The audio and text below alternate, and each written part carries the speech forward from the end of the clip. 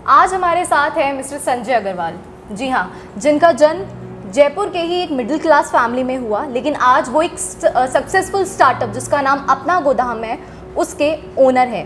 तो आइए जानते हैं मिस्टर संजय से कि अपना गोदाम क्या है। सर, आप अपना गोदाम के बारे में कुछ बताइए कि आपने अपना गोदाम कैसे शुरू किया और इसका ख्याल आपके जहन में कैसे आया।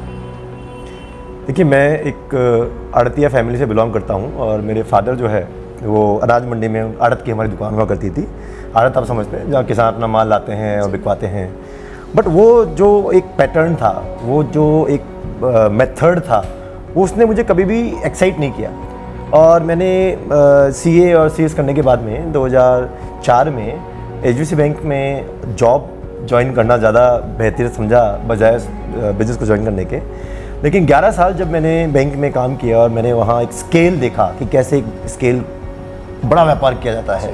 छोटे से शुरुआत की थी बैंक में समय, और कितना बड़ा वॉल्यूम मैंने होते हुए देखा, तो मुझे आइडिया आया कि क्यों नहीं हम एग्रीकल्चर के सेक्टर में कुछ बड़ा करते हैं, कुछ तूफानी करते हैं। तो इसलिए मैंने बहुत सारे प्रयोग किए और मेरे काफ़ी प्रयोग फेल भी हुए। कभी मैंने एक बनाना राइपनिंग के लिए कोशिश करी, कभी मैंने इसको सॉर्टिंग ग्रेडिंग का प्लांट बनाने की कोशिश करी, ऑर्चर्ड्स लगाए, कभी कुछ सक्सेसफुल हुआ नहीं। फिर 2016 में मैंने मुझे एक आइडिया क्लिक हुआ कि जितने भी देश में अनाज के गोडाउन बने हुए हैं वो ज़्यादातर बड़े कॉर्पोरेट्स या बड़े व्यापारियों के लिए है और वो अपने निजी इस्तेमाल के लिए यूज़ करते हैं। इसमें जो छोटा सेगमेंट है, जो गाँव के और डीपर जोग्राफीज़ में जो छोटे ट्रेडर्स हैं, उन लोगों को आज भी एग्रीकल्चर वेयर हाउसिंग फैसिलिटीज़ मुहैया नहीं होती है, क्योंकि या तो वेयर हाउसेज वहाँ बने हुए नहीं हैं, वो काफ़ी दूर हैं, और या जहाँ वो बने हुए हैं वहाँ पर बैंक्स फाइनेंस नहीं करना चाहते, उस माल पर रखे हुए माल पर लोन, गोडाउन में रखे हुए माल पर लोन देना नहीं चाहते। इन सभी कारणों की वजह से एक बहुत बड़ा एक सेक्टर है जो कि इन मूलभूत सुविधाओं से वंचित है। वो आज भी डिपेंडेंट है कुछ सेलेक्टेड लोगों के पास, जो कि बड़े स्केल पे वेयर हाउसेज रखते हैं, वहाँ बड़े स्केल पे माल लगाते हैं। तो मुझे लगा कि एक ऐसा कुछ कॉन्सेप्ट लाया जाए इसमें जो ये छोटा सेगमेंट है उसको ये वेयर हाउसिंग की, फाइनेंसिंग की फैसिलिटीज़ मिल पाए। इसलिए मैंने अपने स्टार्टअप का नाम भी रखा है अपना गोदाम, कि आपका अपना खुद का गोदाम। अगर आपके पास एक बोरी भी है तो भी आप गोडाउन में माल जमा करा सकते हैं। ऐसा नहीं है कि आपको वेयर हाउसिंग फैसिलिटी यूज़ करने के लिए 200 टन या 150 टन माल मिनिमम होना ही ज़रूरी है। सर, अपना गोदाम का जैसा कि हम लोग जानते हैं कि एक एप्लीकेशन भी है जो कि आप लोग, जिससे जो फार्मर्स हैं हमारे देश के, जो इजीली एक्सेस कर सकते हैं और इजीली वेयर हाउसिंग और जो फाइनेंसिंग सुविधाएं हैं उस ऐप से वो लोग प्राप्त कर सकते हैं। तो उसके बारे में कुछ बताइए हमें। देखिए, जो रूरल से संबंधित कोई भी व्यापार हो, चाहे वो एग्रीकल्चर से संबंधित हो या खाद बीज का संबंधित हो या अनाज बेचने से रिलेटेड हो, सबसे बड़ा चैलेंज ये होता है कि डीपर जोग्राफीज में ऑपरेशनल वायबिलिटी या ऑपरेशन चैलेंजेस काफ़ी आते हैं। दूर दूर लोगों पर स्टाफ लगा के और उनसे काम करवाने में इतनी कॉस्ट लगती है कि वो वायबल नहीं हो पाता है। बट टेक्नोलॉजी हर समस्या का समाधान है।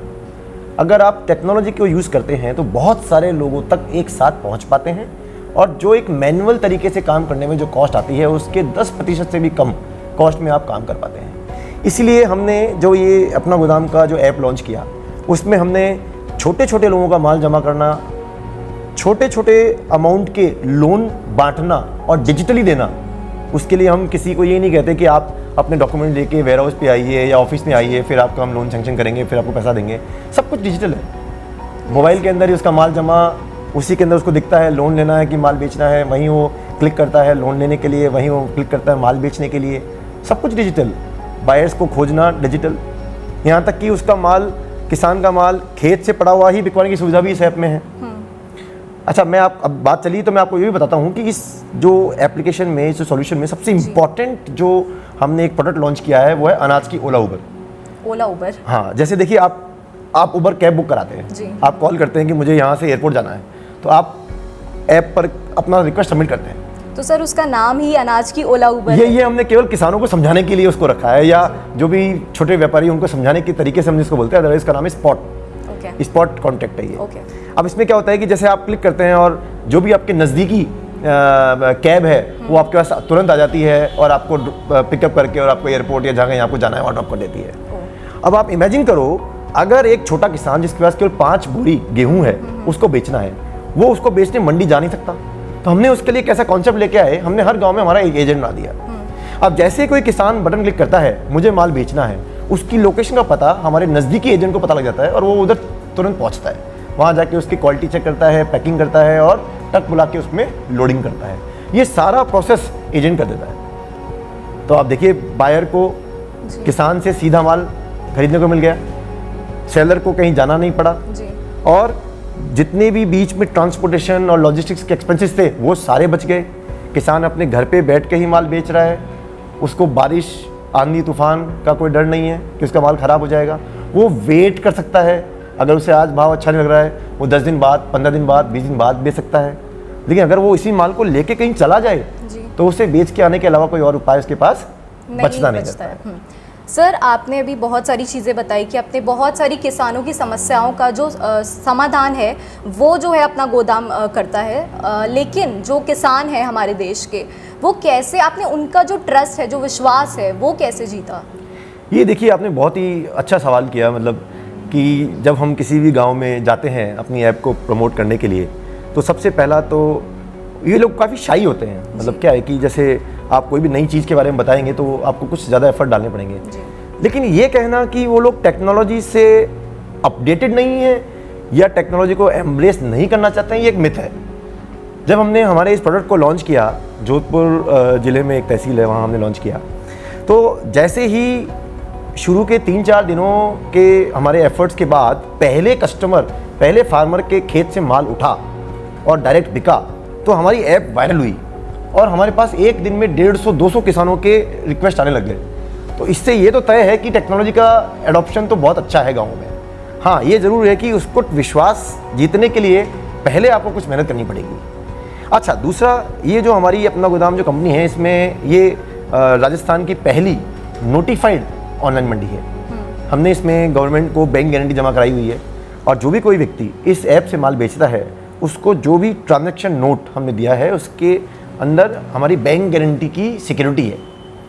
मतलब अगर 24 आवर्स में किसी भी किसान को अपनी उपज का मूल्य नहीं मिलता है तो वो सरकार के पास जा सकता है। तो ये जो सरकार की जो गारंटी है पीछे, ये एक फार्मर का विश्वास हासिल करने में काफ़ी कामयाब रही।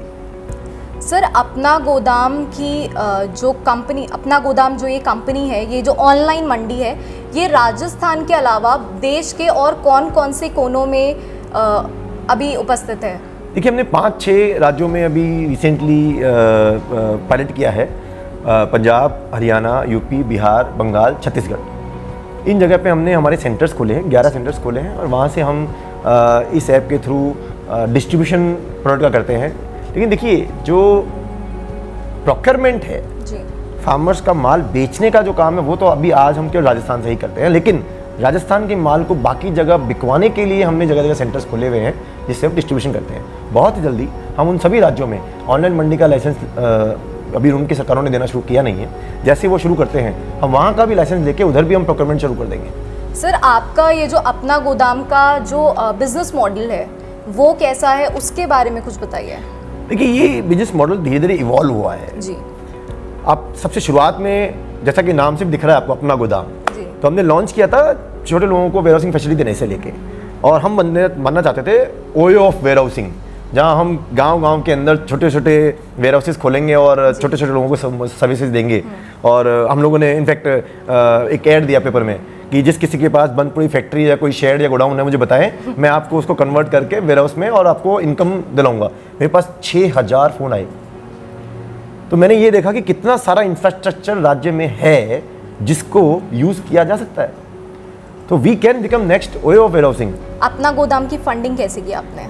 As of today we are bootstrapped. हमने कोई इक्विटी डाइल्यूट नहीं किया है। हमने बैंक से लोन लेके, फ्रेंड्स रिलेटिव से लोन लेके हमने इस कंपनी को चालू रखा, और कंपनी में जो भी व्यापार होता है उससे होने वाले मुनाफे से ही हम अपना ऑपरेशन, हमारा ये परिचालन करते हैं। तो सर, आपने बिना फंडिंग के अपना गोदाम को स्टार्ट किया, तो जाहिर सी बात है काफ़ी सारी मुश्किलों का सामना आपको करना पड़ा होगा। तो वो क्या कुछ मुश्किलें रही और कैसे आपने उन मुश्किलों को ओवरकम किया? देखिए, मुश्किलें काफ़ी है। ऐसा नहीं है कि बूटस्ट्रैप बिल्कुल एक इजी टास्क है कि बिना पैसा लिए आप इतना बड़ा सॉफ्टवेयर बनाना और इतनी बड़ी टीम बिल्ड करना, 6 राज्यों में आज हमारी प्रेजेंस है और ये सब 50 से 52 लोग के बीच में हमारे कंपनियों का एम्प्लॉय की तादाद है। लेकिन अगर आपके प्रोडक्ट में दम है, अगर आप वाकई में किसी की प्रॉब्लम को सॉल्व कर रहे हो, तो मुझे ऐसा लगता है कि कोई बहुत ज़्यादा ज़रूरी नहीं है कि पैसा उठाया ही जाए, VC या PE से फंड रेज किया ही जाए। अगर आपके कंपनी के ऑपरेशन से ही आपको प्रॉफिट चर्न मिलता है तो काम हो सकता है। हाँ, कुछ चैलेंजेस आते हैं, प्रॉब्लम्स आती हैं, कई बार मे बी लिक्विडिटी क्रंच होता है, आप स्केल कर रहे होते हैं तो आपको बहुत ज़्यादा पैसे की ज़रूरत होती है, उस समय आपको फिर कहीं और से लोन बोरो करना पड़ता है, बट ये हो जाता है। एक बार आपने सबका विश्वास जीता, सबको लगता है कि ये जो काम कर रहे हैं उसमें कामयाब होने वाले हैं बहुत जल्दी, तो सब लोगों का विश्वास और आशीर्वाद साथ बना है, इसलिए। और सर आपने इतनी सारी चीज़ें बताई हमें अपना गोदाम के बारे में, लेकिन जब आपने ये स्टार्टअप शुरू किया तो आपकी लाइफ में एक पॉइंट ऐसा आया होगा ज़रूर जब आपने सोचा होगा कि मैं क्या कर रहा हूँ, और मैं मतलब बहुत सारी हम लोग प्रॉब्लम से हम लोग डिप्रेस्ड हो जाते हैं कि हम क्यों कर रहे हैं। तो मैं श्योर हूँ आपने सोचा होगा कि ये सब छोड़ के मैं सन्यासी बन जाता हूँ। तो आपने उस टाइम कैसे खुद को मोटिवेट किया कि मैं कंटिन्यू करूँ इस स्टार्टअप में? कैसे कंटिन्यू किया ये स्टार्टअप, अपना गोदाम कैसे कंटिन्यू किया?